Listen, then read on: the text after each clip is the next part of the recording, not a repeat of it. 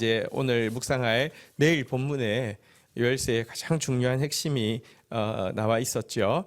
우리 먼저 오늘 읽었던 본문 중에서 요엘서 2장 21절 한번 같이 읽어볼까요? 같이 한 목소리로 읽도록 하겠습니다. 읽겠습니다. 시작. 땅이여 두려워하지 말고 기뻐하며 즐거워할지어다. 여호와께서 큰 일을 행하셨음이로다. 아멘. 지금 아무런 변화가 없는 것처럼 보이지만 하나님의 말씀을 우리는 신뢰합니다. 땅이여 두려워하지 말고 기뻐하며 즐거워할지로다 라고 명령하고 있습니다. 두려워하지 마십시오. 기뻐하십시오. 즐거워하십시오. 왜 그렇습니까? 여호와께서 큰 일을 행하셨기 때문이라고 이야기하고 있습니다. 우리 눈앞에 볼 때 여러분, 하나님께서 이미 행하신 일과 이제 남아있는 일이 있는데요, 사실은 이미 행하신 일이 훨씬 더 큽니다. 아직까지 완성되지 않은 일은 작습니다. 우리 이 시간 그 하나님 여호와의 영은 지금도 운행하고 계시고요, 운행하시는 여호와의 영은 큰 일을 행하셨고요, 남은 마무리를 하고 계십니다. 그 하나님으로 인하여서 기뻐하고 즐거워하시기를 축복합니다. 오늘 아침 본문에 보면 주께서 행하신 큰 일이 무엇이냐, 23절 요엘서 2장 23절에 잘 나와 있죠. 23절 같이 한번 읽도록 하겠습니다. 시작. 시온의 자녀들아 너희는 너희 하나님 여호와로 말미암아 기뻐하며 즐거워할지어다. 그가 너희를 위하여 비를 내리시되 이른 비를 너희에게 적당하게 주시리니 이른 비와 늦은 비가 예전과 같을 것이라. 여호와께서 큰 일을 행하셨다고 하면서 기뻐하고 즐거워하라고 했는데, 여기도 보니까 여호와로 말미암아 한번 따라하겠습니다. 기뻐하며 즐거워할지어다. 기뻐하고 즐거워하라고 다시 한번 이야기하고 나서 왜 기뻐하고 즐거워해야 되느냐, 여호와께서 행하신 큰 일이 구체적으로 무엇이나 나와 있죠. 그가 너희를 위하여 비를 내리되, 한번 따라하겠습니다. 이른 비를 적당하게 주시리니, 우리 한글 성경에는 중간에 너희에게 되어 있지만 원어 성경에는 이런 비를 적당하게 주시리니 이렇게 되어 있습니다. 이런 비를 적당하게 주신다고 할 때 이런 비가 모래라는 단어이고요, 적당하게가 째다카라는 단어인데요, 모래 째다카라고 되어 있는데, 이 모래라는 단어는요 여기 비로도 번역할 수 있는데 보통 비로 쓰는 단어, 성경에 비가 몇 번 나올까요? 많이 나오겠죠. 근데 보통 비로 쓰는 단어는 아니고요, 여기 모래라는 단어는 성경에 두 구절밖에 안 쓰고 있는데 비로 번역해도 틀리지 않지만 비와 더불어 한 가지 더 뜻이 있는데요, 한번 따라가겠습니다. 교사. 째다카는 적당하게라고 번역했는데 보통은 째다카는 항상 의라고 번역합니다. 그래서 그가 너를 위하여 이런 비를 적당하게 주시리니 이렇게 돼 있는데, 이 이런 비를 적당하게는 원어로 보면 의의 교사를 주시리니 이 말하고 같은 말입니다. 그러니까 이런 비를 적당하게 주신다 이 말도 맞고요, 번역상 의의 교사를 보낸다 이 말도 맞습니다. 의의 교사를 보내실 것이다. 그러면 이른 비와 늦은 비가 예전과 같을 것이다 라고 이야기했는데, 여기 예전과 같을 것이다 라는 표현은요, 그 이제 예전과 같다, 이전과 같다, 그래서 먼저 뭐 이런 뜻입니다. 그래서 한번 따라하겠습니다. 먼저 의의 교사를 보내시리라. 여호와께서 행하시는 큰 일이 무엇이냐, 왜 우리가 두려워하지 않고 기뻐하고 즐거워해야 되느냐, 여호와께서 말씀하시는 것은 의의 교사를 먼저 보내주실 것이기 때문이다 라고 이야기하고 있습니다. 우리는 지금 상황이 하나도 바뀐 것 같지 않지만 제가 이야기했죠, 아직 이루어지지 않은 일에 비해서 이미 이루어진 일이 훨씬 크다고 이야기했습니다. 왜 우리는 두려워하지 않고 기뻐하고 즐거워해야 되는 줄 아십니까? 의의 교사를 이미 보내주셨기 때문입니다. 여기 의의 교사, 의를 가르치는 완전한 교사가 누구십니까? 예수 그리스도를 말씀하고 있죠. 예수님의 초림에 대한 예언이죠. 의의 교사를 먼저 보내주신다는 것입니다. 의의 교사가 오고 나면 한번 따라하겠습니다. 이른 비, 늦은 비. 여러분, 비라는 단어가 의라는 이제 교사라고 했는데요, 교사가 와서 여러분 이른 비 늦은 비를 주신다고 그랬는데 이른 비 늦은 비는 성경에 이제 그 성경에 배경이 된 이스라엘에는 있지만 우리한테는 없어서 잘 모르는데요. 이스라엘은 크게 비가 딱 2번만 옵니다. 이른 비란 파종하고 나서 씨앗이 뿌리 내릴 시점에 오는 비를 이른 비라고 그러고요. 늦은 비란 곡식이 다 자라서 결실하기 직전에 내려서 충실하게 만들어주는 비를 늦은 비라고 이야기합니다. 먼저 의의 교사를 보내주시고 나서 의의 씨앗이 뿌리 내리게 하고 나중에 의의 결실이 맺히게 하신다, 이런 뜻입니다. 그래서 하나님께서 하시는 큰 일은 의의 교사이신 예수님이 오시고는요, 의의 말씀이 뿌리 내리게 해서 의의 말씀이 열매 맺게 하시는 것부터 우리 가운데 변화를 일으켜 주신다라고 이야기하고 있습니다.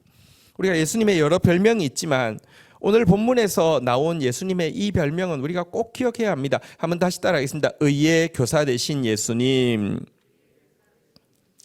예수님이 어떤 분이시냐? 의의 교사이십니다.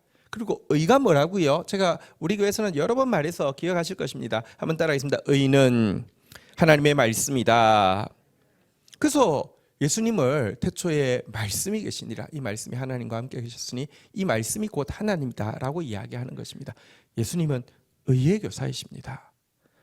하나님이 하시는 가장 큰 일은 먼저 의의 교사를 보내주시는 것입니다. 물론 예수님이라는 의의 교사가 오는 것의 배경은 무엇입니까? 우리가 요엘서를 지금 읽고 있어서 알겠지만 진실한 회개가 있을 때 하나님은 큰 일을 행하시는데 의의 교사를 보내신다는 내용이었죠. 한번 확인해 볼까요? 조금 앞으로 거슬러 올라가 볼까요? 요엘서 2장 12절부터 한번 교독하도록 하겠습니다. 12절부터 14절 한번 교독하겠습니다. 여호와의 말씀에 너희는 이제라도 금식하고 울며 애통하고 마음을 다하여 내게로 돌아오라 하셨나니 13절 같이 읽도록 하겠습니다. 시작. 너희는 옷을 찢지 말고 마음을 찢고 너희 하나님 여호와께로 돌아올지어다. 그는 은혜로우시며 자비로우시며 노하기를 더디하시며 인애가 크시사 뜻을 돌이켜 재앙을 내리지 아니하시나니 14절 제가 읽겠습니다. 주께서 혹시 마음과 뜻을 돌이키시고 그 뒤에 복을 내리사 너희 하나님 여호와께 소제와 전제를 드리게 하지 아니하실지 누가 알겠느냐. 하나님 앞에서 마음을 찢고 하나님 앞에서 울며 애통하며 금식하며 돌아오라고 이야기를 하고 있습니다. 하나님은요, 우리가 생각하는 것보다 훨씬 은혜로우시고 자비로우시고 노하기를 더디하시고 인애가 크시고 뜻을 돌이켜 재앙을 내리지 않기를 원하시고, 하나님은요 마음과 뜻을 돌이키는 게 특기일 정도로 우리가 조금만 회개하기만 하면 마음과 뜻을 돌이키시는 하나님이라고 성경은 이야기하고 있습니다. 14절에 우리가 읽었던 대로 마음과 뜻을 돌이켜서 진노하시기로 했던 데서 진노를 거두는 정도로 끝나지 않고 한번 따라하겠습니다. 그 뒤에 복을 내리사. 복을 내려서요, 복받은 증거가 뭔지 아십니까? 한번 따라하겠습니다. 소제와 전제를 드리게, 소제와 전제 드리게 하신다는 것입니다. 복받은 증거가 소제와 전제를 드리게 하신다는 것입니다. 요엘서를 묵상하신 분들은 기억하실 것입니다. 소제와 전제를 드리는 데는 꼭 3가지가 필요하다고 말씀드렸습니다. 무엇이었죠? 곡식, 새 포도주, 기름이었습니다.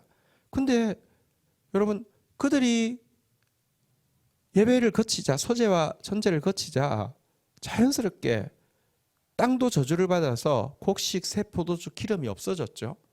그러니까 이제는요, 악순환이 되었습니다. 이게 없어서 예배를 못 드리겠대요. 예배를 못 드려서 이게 사라졌는데요.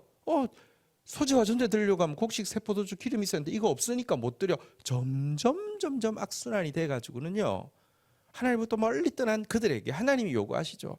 마음을 찢고 하나님 앞에 돌이켜라. 하나님은 마음과 뜻을 돌이키는 게 특기고 복을 주신다.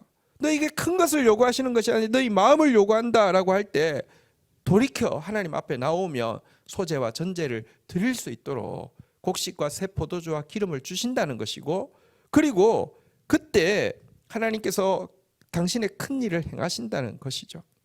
근데 꼭 기억해야 될 것이 있습니다. 회개는 예수 그리스도께서 우리 가운데 임하시는 전제 조건입니다.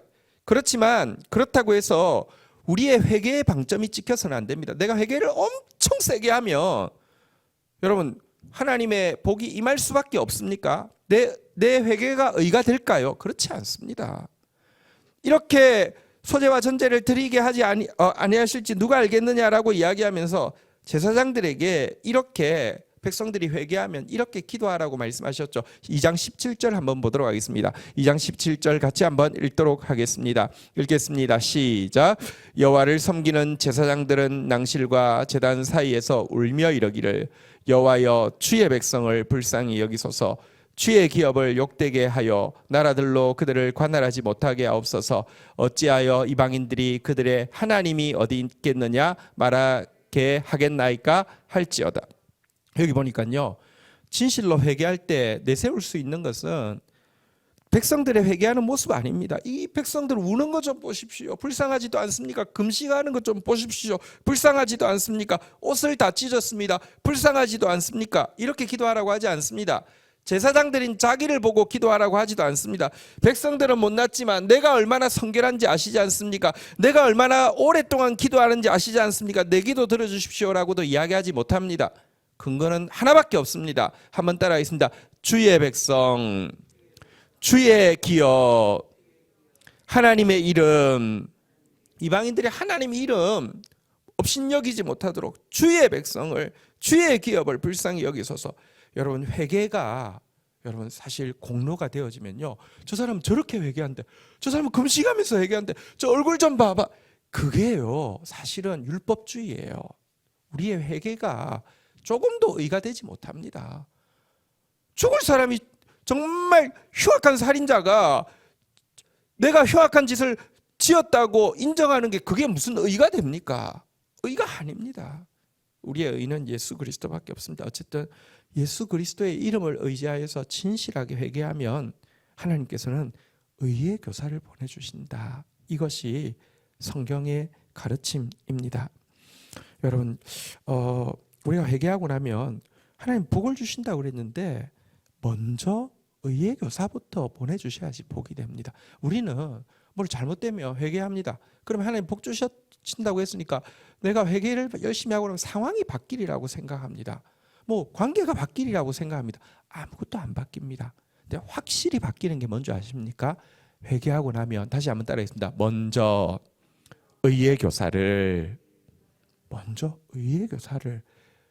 예수님의 말씀은 확실하게 들어옵니다. 회개해도 아무것도 안 바뀝니다. 내 모난 성격이 회개했다고 금방 바뀔까요? 안 바뀌어요. 내가 지금 처해 있는 관계의 어려움이 회개했다고 바뀔까요? 안 바뀌어요. 내 산만한 정신 상태가 회개했다고 바뀔까요? 안 바뀌어요. 근데 진실로 회개하고 겸손하게 주의 이름을 의지해서 회개하면 확실히 바뀌는 게 있다는 것입니다. 의의 교사는 확실히 온다는 거예요. 말씀은 확실히 들어온다는 것입니다. 이것이 성경에서 끊임없이 이야기하고 있는 바입니다. 제가 아까 모레 째다카라고 그 이제 원어가 그렇게 순서적으로 되어 있는데요, 의의 교사인데요. 사실은 모래라는 단어는 성경에 딱 2번밖에 안 써서 유래를 이제 똑같은 단어를 찾기는 힘들지만 모래라는 단어의 어원은 야레라는 단어인데요. 야레라는 단어는 스승입니다. 그래서 모래가 비로도 번역되지만 스승으로 번역하는 이유는 그 어원이 되는 야레가 스승이기 때문입니다. 야레라는 단어가 쓰여진 성경 구절 한 번만 볼게요. 이사야서 30장 20절에 한번 보시겠습니다. 이사야서 30장 20절에 보면 이 모래, 스승이라는 단어, 선생이라는 단어의 어원이 인 야레가 여기 2번 나옵니다. 한번 같이 읽도록 하겠습니다. 시작.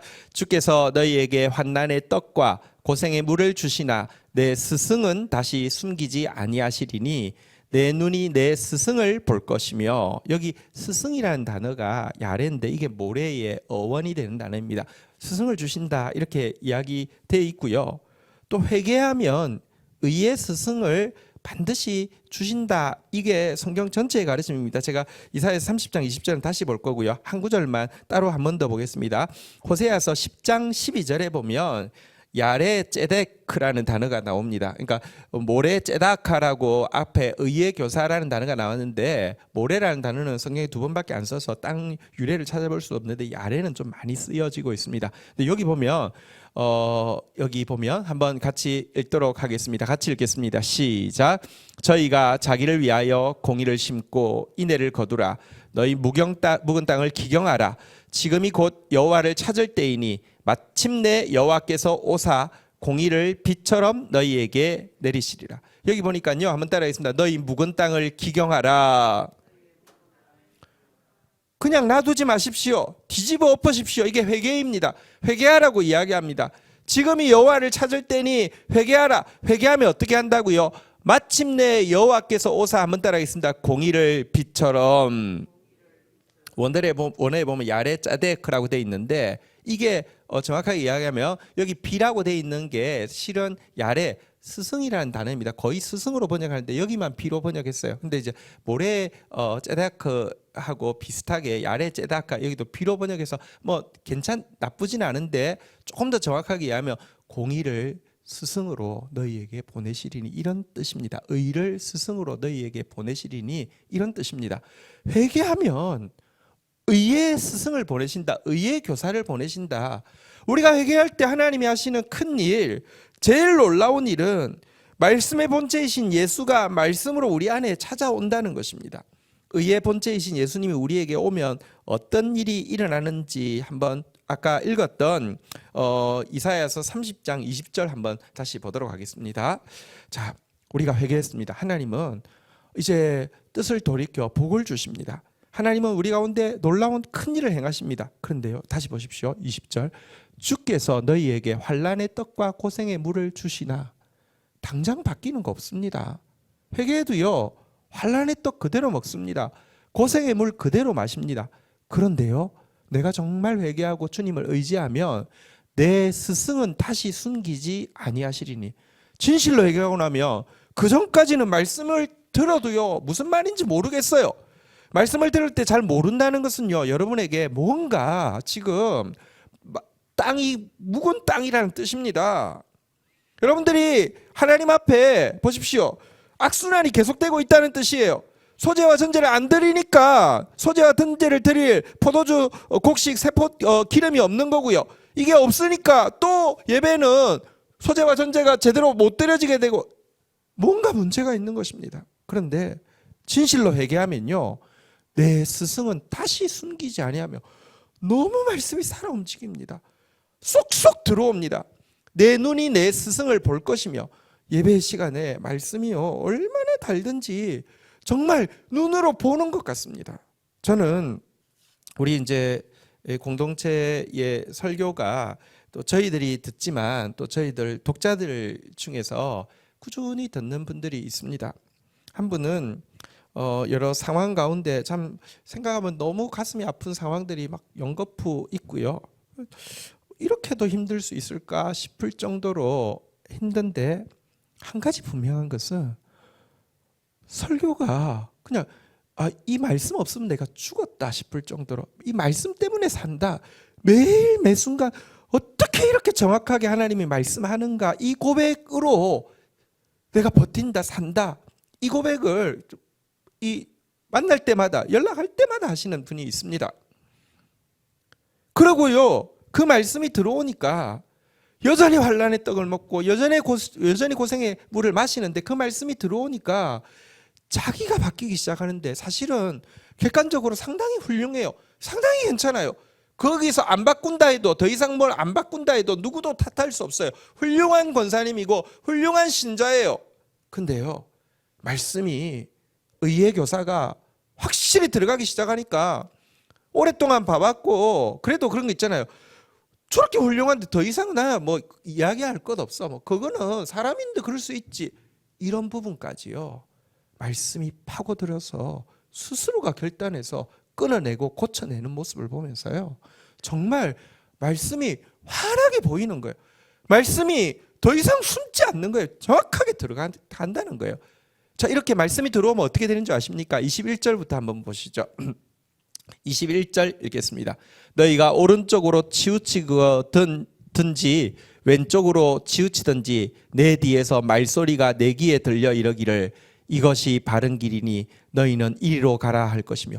말씀이 들리고 나면 어떤 일이 나느냐. 내가 조금만 치우치려고 해도요, 말씀이 이것이 바른 길이니 이리로 가라 이렇게 해준다는 거예요. 내가 이쪽으로 조금만 치우치려고 해도 또 말씀이 임한다는 거예요. 이것이 바른 길이니 이쪽으로 가라. 여러분, 이게요, 그런 세계가 어디 있어 그렇게 생각되시죠? 아니요, 있다니까요. 정말 그렇게 하신다니까요. 너무 세밀하게 개입하신다니까요. 그리고 이렇게 말씀이 내게 임하여서 나를 인도하면 내 안에 어떤 변화가 일어나는 줄 아십니까? 22절 한번 보도록 하겠습니다. 같이 읽도록 하겠습니다. 시작. 또 너희가 너희 조각한 우상에 입힌 은과 부어 만든 우상에 올린 금을 더럽게 하여 불결한 물건을 던짐같이 던지며 이러기를 나가라 하리라. 여러분, 말씀이 이렇게 임하면 어떤 일이 생기느냐. 내가 우상에다가 은을 부었어요. 금을 더 씌웠어요. 그런데요, 여러분, 우상 자체는 흉해 보여도요, 금칠을 해놓으면 일단 등급이 달라지지 않습니까? 근데도요, 그래서 좋아 보였고요, 사람들도 부러워했던 것인데요, 우상이 다른 게 아니에요. 자기 명예, 자기 권력, 자기 쾌락, 자기에다가 금칠한 거예요.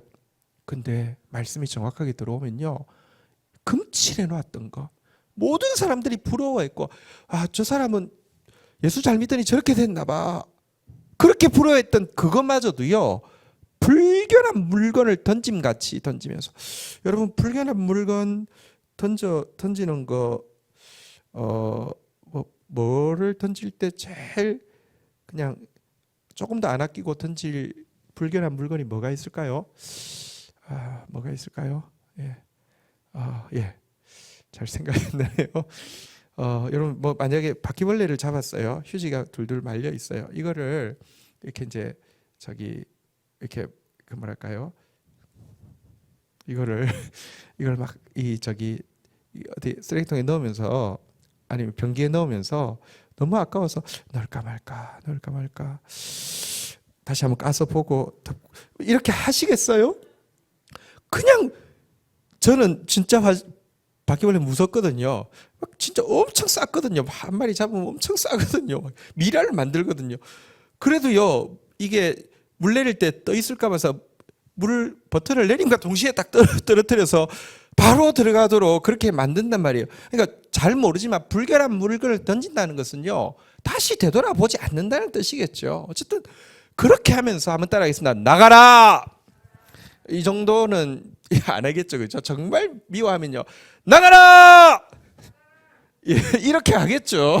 네, 이렇게 한다는 것입니다. 우리가요, 사실은 회개를 해도요, 별로 물건 던지면서 나가지 마 하고 던진다니까요. 뭐 이렇게 안 돼요, 돼요 이렇게 메아리 치면 안 돼요, 돼요 이렇게 한다고 하잖아요. 가세요, 가지 마세요 이렇게 한다니까요. 그런데 정말 말씀이 들어오면 그렇게 못해요. 불결한 물건을 던지듯이 던지면서 다시 한번 따라하겠습니다. 나가라! 나가라 하고 던지게 된다는 것입니다. 이렇게 하고 나면 하나님의 역사가 이제, 여러분 보십시오, 상황이 바뀌는 게 아니라 의의 교사를 먼저 주셔서 내 속에 우상을 내던지는 것부터 먼저 하고 나면 그때부터 일이 시작되어지는데요. 23절 한번 보도록 하겠습니다. 그때부터 일이 어떻게 일어납니까? 한번 같이 읽도록 하겠습니다. 시작. 내가 땅에 뿌린 종자에 주께서 비를 주사 땅이 먹을 것을 내며 곡식이 풍성하고 기름지게 할 것이요, 그날에 내 가축이 강활한 목장에서 먹을 것이요. 보십시오, 의의 교사가 먼저 오고 나면 그 다음부터는 삶 가운데 구체적인 변화도 일어난다는 것입니다. 우리가 오늘 읽었던 요엘서 2장 23절 다시 돌아가서 보시면, 의의 교사가 먼저 오고 나서 이른 비 늦은 비가 임하여서 말씀이 잘 자라고 나면 24절 한번 볼까요? 어떤 일이 난다고요? 같이 한번 읽도록 하겠습니다. 시작. 마당에는 밀이 가득하고 독에는 새 포도주와 기름이 넘치리라. 하나님께서 축복을 주시고요.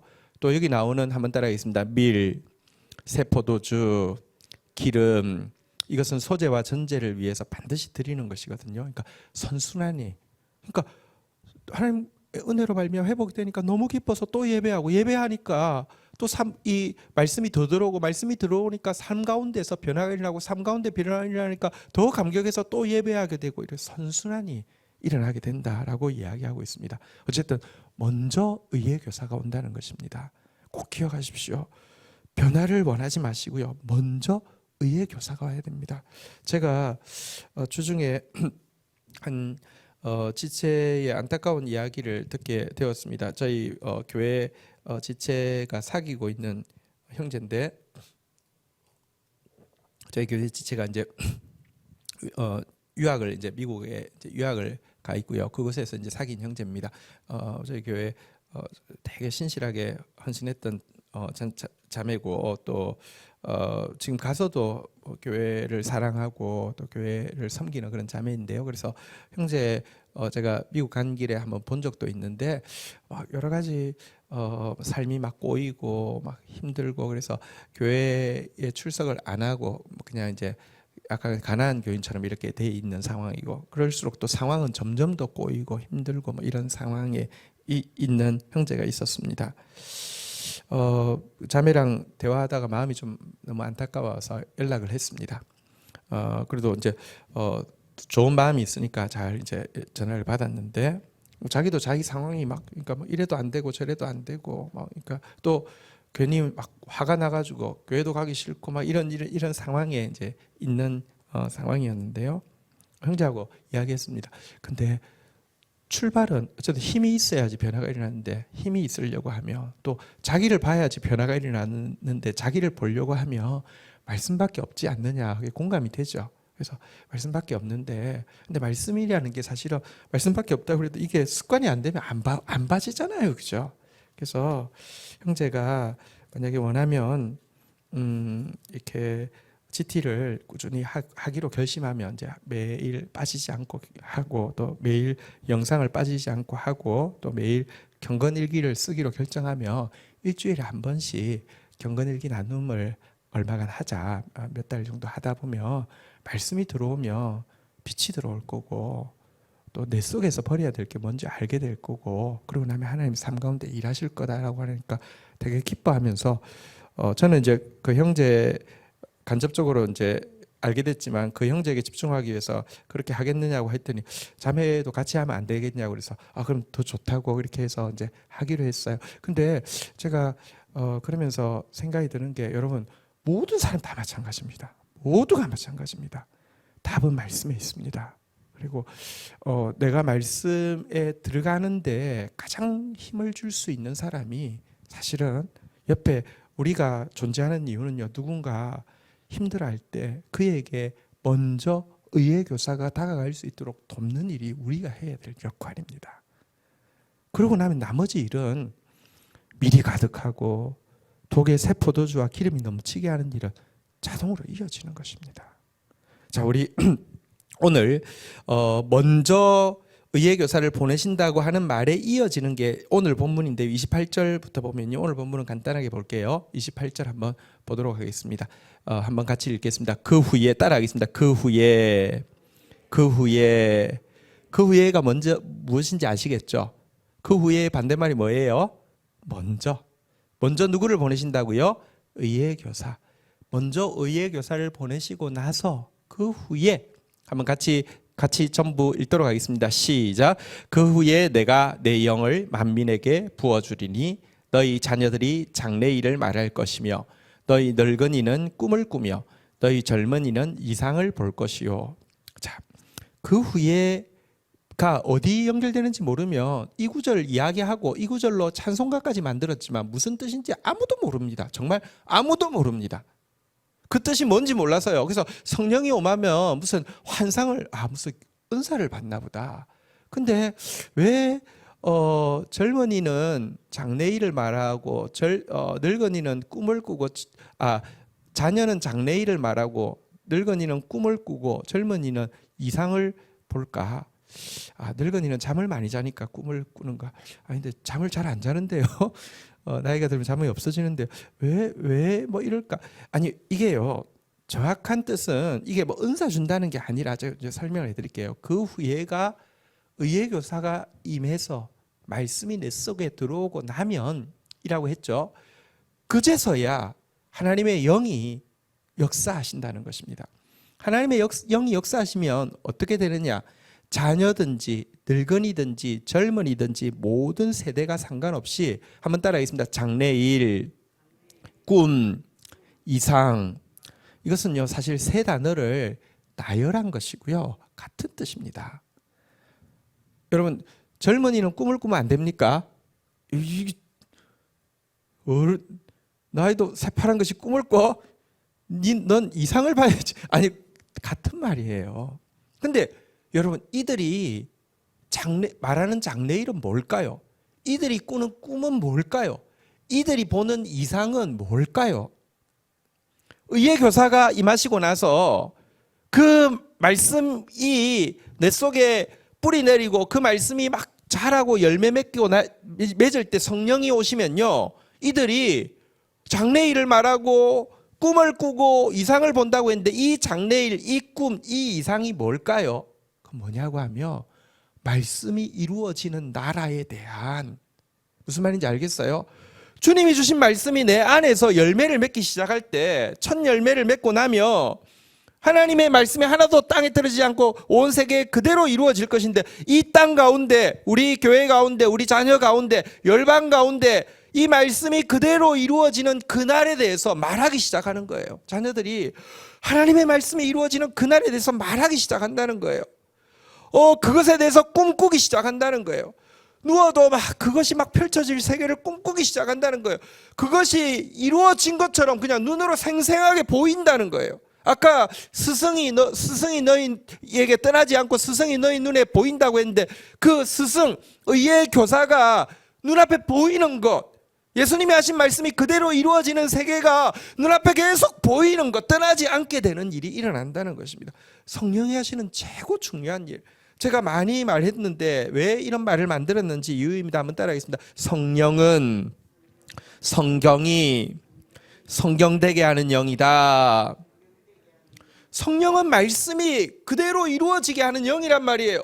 말씀이 그대로 이루어질 것이 의의 교사가 오고 의의 말씀을 체험해서 의의 열매를 맺고 나면 머물러 있을 수가 없어요. 사실 주의 의의 말씀의 핵심 중에 우리가 근래에 많이 살펴보았는데요.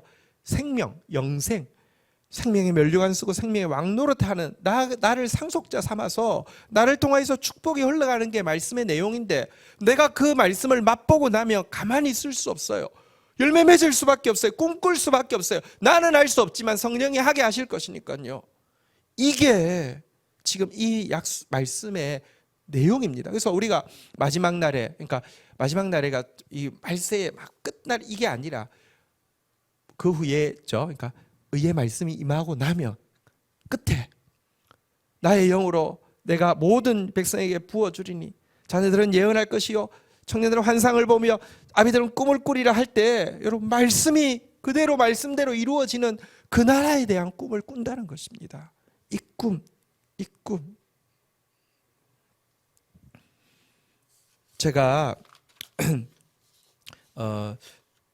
그저께 아침을 아니군요. 어제 아침을 어떤 분 목사님과 먹게 되었는데 이제 이분은 한 60 정도 되셨는데 부교육자 생활을 마치고 이제 부목사 생활을 마치고 이제 담임을 해야 될지 뭐 청빙을 받아야 될지 개척을 해야 될지 근데 내가 목회는 왜 하지 막 이런저런 고민 있던 차에 어떤 목사님을 만나서 나이 많은 목사님을 만나서 제자 삼으라고 나를 신학시켜 주셨는데 제자 삼아야 되겠다. 그래서 한 영혼 얻어야 되겠다. 그래서 이제 그 비전을 이제 영접을 한 거죠.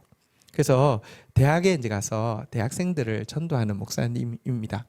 아주 조그마한 선교단체인데 건강한 이제 선교단체 아주 이름도 들어본 적이 없는 선교단체인데 학교를 하나 맡아서 이제 아이들을 전도하는 거예요. 지금은 이제 그분이 성균관대를 맡은 지 20년 정도 되셔서 성균관대에서 전도하시는 분이십니다. 그리고 작은 단체이기 때문에 학생 숫자도 적습니다. 그래서 제 마음에 아무리 생각해봐도 코로나 때문에 얼마나 힘들겠어요. 일단 학생들도 없고요. 학생들 있어봤자 전도한다고 하면 요즘 뭐 얼마나 애들이 싫어하겠어요. 좀 장난 아니에요. 저희 교회 이번에 이제 청년부에 부산에서 한 친구가 서울에 이제 입학이 돼가지고 오게 되었는데 저희 교회에 맡기려고 부모님이 찾아오셨더라고요. 그래서 그 사연을 들어보니까 이렇게 제가 그분이 청소년일 때 제가 쓴 왕의 아이들이라는 책을 보고 막 은혜를 받고 뭐 어쨌든 뭐 이런저런 계기로 저희 교회에 이제 보내게 됐는데 그 아이가 학교를 이제 자퇴를 할 수밖에 없었던 게 고1 때 학교 올라가서 뭔 모르고 친구한테 교회 다니자고 전도했다가 전체로부터 왕따를 당해가지고 너무 위험 받아가지고 학교를 그만둘 수밖에 없었대요. 그래가지고 근데 이제 그래도 하나님 참 특별한 은혜로 어쨌든 이렇게 입학하게 되었는데, 그러니까 여러분 보십시오. 요즘 이런 시대에 나이도 많은 사람이 대학생한테 전도한다고 이렇게 가면 무슨 분위기겠습니까? 그래서 제가 아이고 목사님 많이 코로나 때문에 많이 힘드시죠? 그렇게 이야기했는데요. 얼굴이 너무 평안한 얼굴로, 그런데 하나님의 또 다른 특별한 은혜가 있더라고요. 그래요. 그래서 예 그렇게 이야기하니까 이렇게 이야기를 하세요. 저 뭐 친구 중에 선교사로 나가신 분들도 계신데 그분들 무슬림 지역에서 전도하려면 목숨도 걸어야 되는데 이거 뭐 전도하는 게 어려운 게 당연한 거고, 그런데 좋은 점은 코로나가 딱 되고 나니까 일단 1학기 때는 애들이 한 명도 학교에 안 나오니까 완전히 공쳤고요. 2학기 때는 애들이 대면 비대면을 섞어서 하는데 나오는데 문제는 거의 1학년만 대면 수업을 좀 주로 하고 2, 3, 4학년은 거의 안 했대요. 그래서 1학년만 가끔씩 가면 볼 수 있대요. 근데 1학년들이 3월 달에는 고등학생 같은데 4월 달쯤 되어서 선배들하고 술 마시고 또 동아리 가서 뭐 MT 갔다 오고 나면 한 5월 지나고 나면 영락없이 대학생으로 바뀌어가지고요. 전혀 관심이 없대요. 근데 2학기 때인데도 아직까지 이 코로나 학번은 거의 고등학생이나 다름이 없어가지고요. 그래서 가서 전도를 했는데 한 사람을 얻었대요. 그래서 한 아이를 얻어가지고 2학기 때 내내 지금 제자 훈련을 해가지고 한 사람을 얻었다면서 너무 즐거워하는데, 이렇게 어떻게 생각해 보면 그죠? 그 신학을 제대로 공부하신 이제 목사님이신데 나이도 있는데 딱 한 사람 얻어가지고 얼마나 이게 객관적으로 얼마나 힘들까 이렇게 생각이 되는데, 또 코로나 때문에 얼마나 힘들까 생각되는데 영혼이 변하는 비전을 받고 나니까 그게 너무 좋아서 한 사람을 얻었어요. 하나님의 은혜가 있었어요 하면서 너무 행복해하는 모습 보면서 아 여러분 그게요. 여기 지금 장래일을 말하고 꿈을 꾸고 이상을 본다는 그 내용의 핵심입니다. 이렇게 되면요 29절 한번 보도록 하겠습니다. 29절 같이 읽겠습니다. 시작. 그때에 내가 또 내 영을 남종과 여종에게 부어줄 것이며. 그래서 남종 여종 이들도 뭘 볼까요? 마찬가지겠죠. 장래일을 말하고 꿈을 꾸고 이상을 보면서 하나님의 말씀이 이루어지는 나라를 꿈꾸겠죠. 그리고 나면 30절 한번 보도록 하겠습니다. 하나님의 말씀이 그대로 이루어지면 그것은 하나님 나라가 가까운 것이고요. 하나님 나라가 가까우면요 동시에 30절 읽겠습니다. 시작. 내가 이적을 하늘과 땅에 베풀리니 곧 피와 불과 연기 기둥이라. 여기 보면 말씀을 가진 사람은 장래일을 말하고 꿈을 꾸고 이상을 보는 데 비해서 하나님 말씀 없는 자들에게는요 피와 불과 연기 기둥이 임할 것이다 라고 대비되어 있는 것을 알게 될 것입니다. 이제 심판의 표시인 피, 불, 연기가 분명히 함께 할 것이다 라는 것이죠. 31절 32절 교독하겠습니다. 여호와의 크고 두려운 날이 이르기 전에 해가 어두워지고 달이 핏빛으로 변하려니와. 32절 같이 한번 읽도록 하겠습니다. 시작. 누구든지 여호와의 이름을 부르는 자는 구원을 얻으리니 이는 나 여호와의 말대로 시온 산과 예루살렘에서 피할 자가 있을 것이며 남은 자 중에 나 여호와의 부름을 받을 자가 있을 것이미로다. 주의 심판이 임할 것인데, 그런데 피할 자는요 한번 따라하겠습니다. 시온 산과 예루살렘에 피할 자가 있을 것이며. 여러분 시온 산과 예루살렘에 피할 자는 누구일까요? 제가 성경의 구약의 예언 중에 가장 놀라운 예언이 미가서 4장 1절, 2절, 3절, 그리고 이사야서 3장 1절, 2절, 3절 똑같은 내용이 스테레오처럼 반복되고 있는데 한번 볼까요? 미가서 4장 1절, 2절 한번 보면요. 끝날에 이르러 여호와의 전에 산이 산들의 꼭대기에 서며 작은 산들 위에 뛰어나고 민족들이 그리로 몰려갈 것이라. 여기가 시온산 예루살렘, 피할 자들, 구원받을 사람이 남는 곳이죠. 왜 이들이 피하게 되고 구원을 받게 됩니까? 2절 볼까요? 같이 한번 읽도록 하겠습니다. 시작. 곧 많은 이방 사람들이 가며 이르기를 오라 우리가 여호와의 산에 올라가서 야곱의 하나님의 전에 이르자. 그가 그의 도를 가지고 우리에게 가르치실 것이라. 우리가 그의 길로 행하리라 하리니 이는 율법이 시온으로부터 나올 것이요 여호와의 말씀이 예루살렘으로부터 나올 것입니다. 여기 시온 예루살렘 나오죠. 왜 시온 예루살렘이 피할 곳이 되는 줄 아십니까? 여호와의 말씀이 임할 것이기 때문입니다. 여호와의 말씀이 임하고 의의 교사로서 임한 그곳에서 구원의 역사가 있을 것이라고 이야기하고 있습니다. 지금 여러 가지 어려운 상황들이지만 고생의 떡, 환난의 떡, 고생의 물 마시고 있지만 지금 우리에게 의의 교사이신 하나님의 말씀이 임하고 있다는 것은 하나님의 새 구원의 역사가 가장 강하게 임하고 있다는 증거입니다. 반드시 성령이 임하기 시작한 이 말씀에 역사하셔서 실제가 되게 하실 것이고요. 또 하나님의 구원과 하나님의 심판이 그대로 이루어지게 될 것입니다.